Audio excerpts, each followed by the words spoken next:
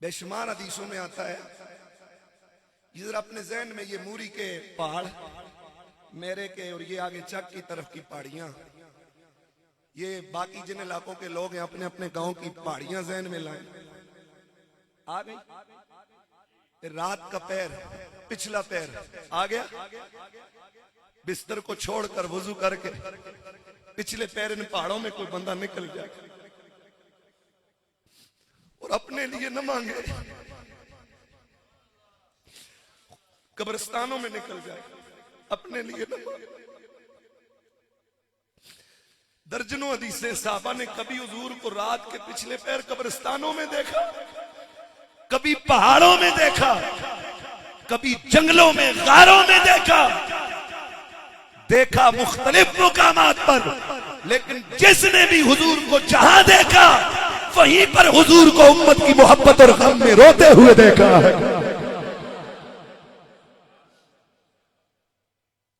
مولانا روم رحمت اللہ تعالی علیہ نے مثنوی کے اندر یہ روایت ذکر فرمائی ہے. حضرت ابو ہریرہ رضی اللہ تعالیٰ عنہ کا دل بے قرار ہوا حضور سے ملاقات کرنے کے لیے، سرکار سے ملنے کے لیے. حضور کا، حضرت ابو ہریرہ کا دل بے قرار ہوا. آئے مسجد نبوی میں حضور کا پتہ کرنے. پوچھا حضور کدھر ہیں؟ کہا سرکار ادھر ہی آگے مدینے کے جو مضافات میں پہاڑ ہیں ادھر نکلے ہوئے ہیں. محبت سے کہہ دیجئے سبحان اللہ.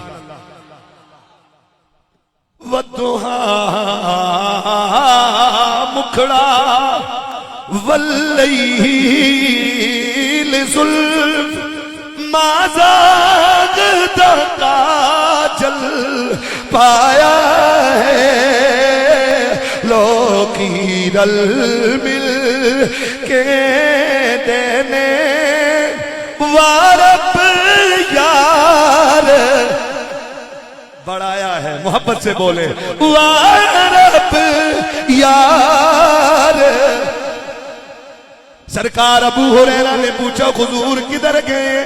لوگوں نے کہا حضور صبح سے اس پہاڑ کی طرف گئے ہوئے ہیں، آپ کو راستے میں جاتے ہوئے آپ ادھر ہی چلے گئے حضور کو تلاش کرنے کے لیے. لوگوں آج ہمارے پاس موبائل ہیں، پوچھتے ہیں تم کدھر بیٹھے ہوئے ہو، پوچھ کر پہنچ جاتے ہیں اپنے مطلوبہ شخص تک. لیکن حضور کو جب صحابہ حضور سے ملنا چاہتے ہیں، حضور کہیں گئے ہوتے ہیں، صحابہ کہتے ہیں ہم حضور تک حضور کی خوشبو سونگھتے ہوئے پہنچ جاتے تھے،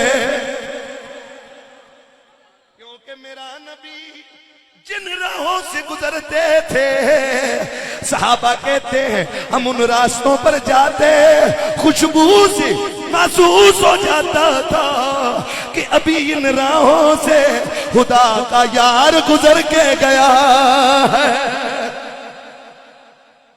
فرماتے میں حضور کو ڈھونڈتا ہوا گیا، راستے میں بکریوں کا چرواہ ملا، شام ہو گئی تھی. میں نے پوچھا ادھر تو نے ہمارا نبی دیکھے؟ کہنے لگا میں نے نبی تو تمہارا نہیں جانتا کون ہے، ظاہر غیر مسلم ہوا ہوگا یا کوئی بھی ہوا ہوگا. کہنے لگا میں تمہارے نبی کو تو نہیں جانتا، لیکن ہاں آج ادھر پہاڑوں میں ایک شخص آیا ہوا ہے، صبح سے اب تک اس درد سے رو رہا ہے کہ سارا دن میری بکریوں نے چارہ بھی نہیں چرا.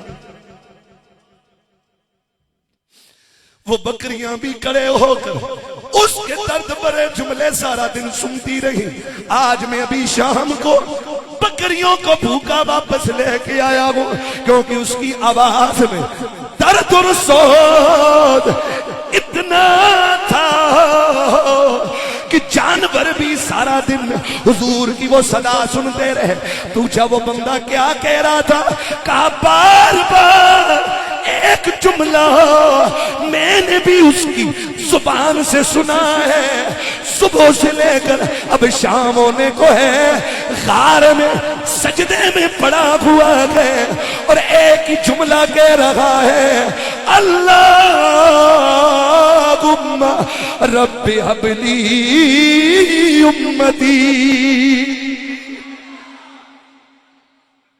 فرمایا ایک ہی جملہ اس کی زبان پر صبح سے جاری ہے، اللہم رب حبلی امتی امتی۔